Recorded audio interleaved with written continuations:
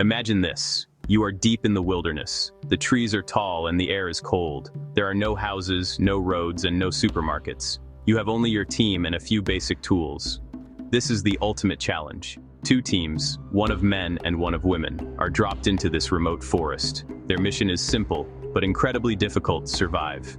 They must live here for 30 days. The team that lasts, the team that works together and overcomes the wild, will win a huge prize of $500,000. It is a true test of human spirit and endurance. This is not just a game. It is a battle against nature itself. The wilderness does not care who you are.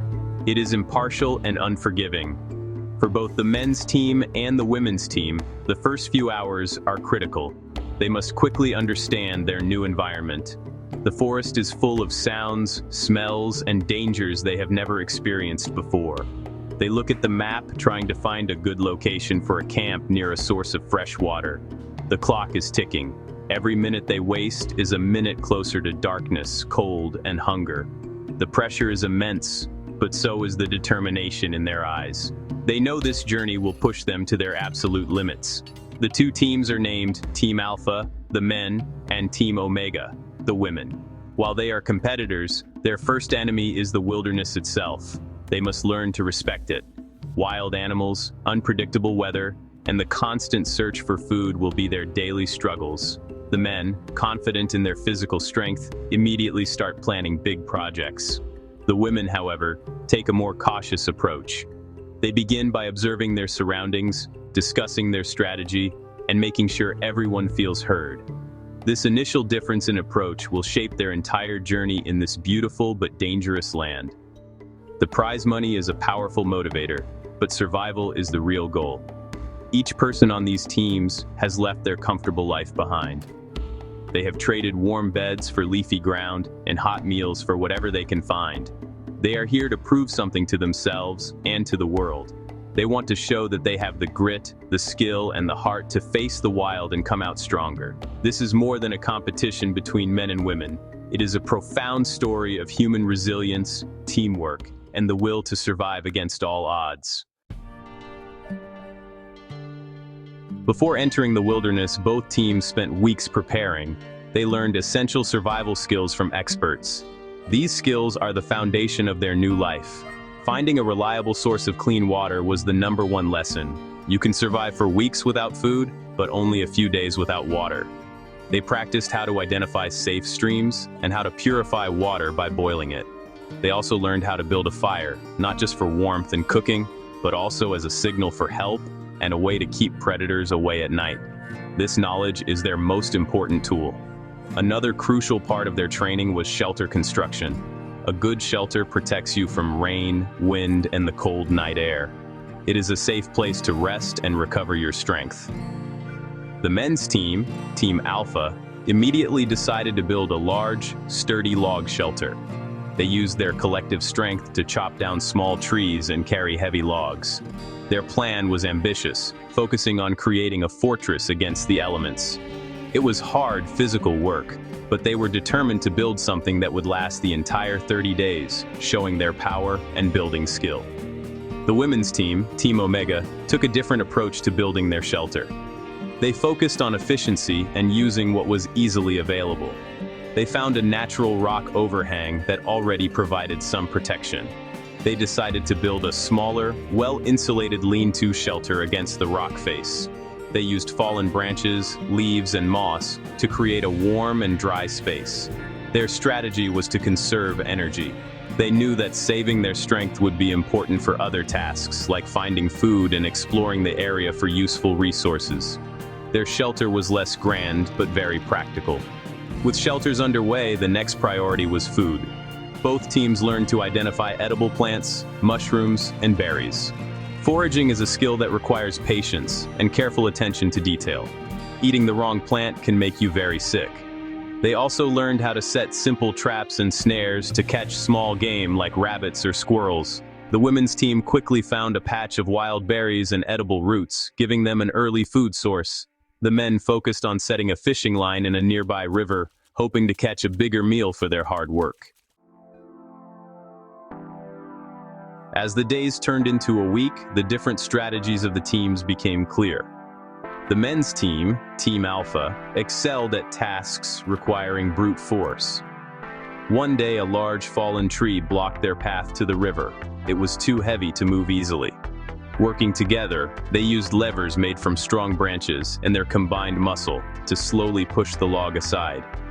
This moment was a huge success for them. It showed how their physical power and direct problem-solving could overcome a significant obstacle. They felt strong and united, celebrating their victory with loud cheers. The women's team, Team Omega, faced a different kind of challenge. Their food supply was running low, and their small traps were not catching anything. Instead of getting discouraged, they used their observational skills.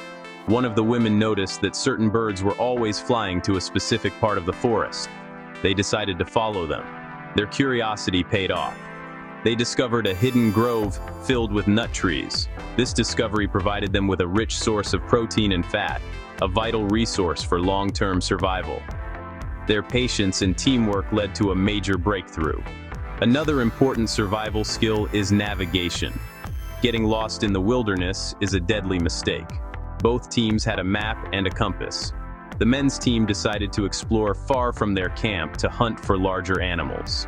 They relied on one person to lead, trusting his confidence with the compass. However, they moved too quickly and did not pay close attention to landmarks.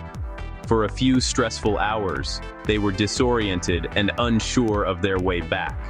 This experience taught them the importance of careful navigation and communication within the group. In contrast, the women's team was more methodical in their exploration. When they went out to forage, they worked as a team to navigate. One person would lead with the compass, while another would look back to memorize the path they had taken. They also left small, subtle markers, like a uniquely broken branch or a small stack of stones.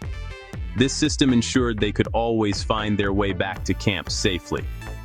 Their careful and cooperative method prevented them from ever getting lost, showing that slow and steady progress is often the smartest way to travel in unknown territory. The competition was never just about which team was stronger or faster. It was about which team could adapt and endure. Both teams faced moments of extreme difficulty. The cold nights made sleep nearly impossible, and the constant hunger made every task feel 10 times harder. There were times when the men argued, their frustration growing as their big plans failed. There were also times when the women felt overwhelmed by the immense pressure. But it was in these moments that the true nature of survival became clear. It was not about avoiding problems, but about how you solved them. The men's team learned a valuable lesson in humility. Their large, impressive shelter required constant repairs and used up a lot of their energy. They realized that sometimes a simpler solution is better. They started to listen more to each other, combining their strength with better planning. One of the men, who was a quiet observer, showed the others how to create a more efficient fireplace that used less wood and produced more heat. This small change made a huge difference in their comfort and morale. They learned that every member of the team had a valuable skill to offer. The women's team showed incredible emotional strength and unity. When one member sprained her ankle, they did not see her as a burden. Instead, they rallied around her. They gave her tasks she could do while sitting at camp, like weaving cordage from plant fibers or mending clothes. This act of compassion kept the team's spirit high. They understood that a team is only as strong as its ability to care for every member. Their positive attitude and unwavering support for one another became their greatest weapon against the harshness of the wilderness. In the end, survival is a mental game as much as a physical one. It is about problem solving, staying positive when things go wrong, and working together as a single unit. Physical strength is useful, but it is not enough. The ability to think creatively, to communicate clearly, and to support your teammates is what truly matters. Both teams discovered that their greatest resource was not their muscles or their tools, but their minds and their connection to each other. The wilderness teaches a simple truth. To survive, you must be strong, smart, and most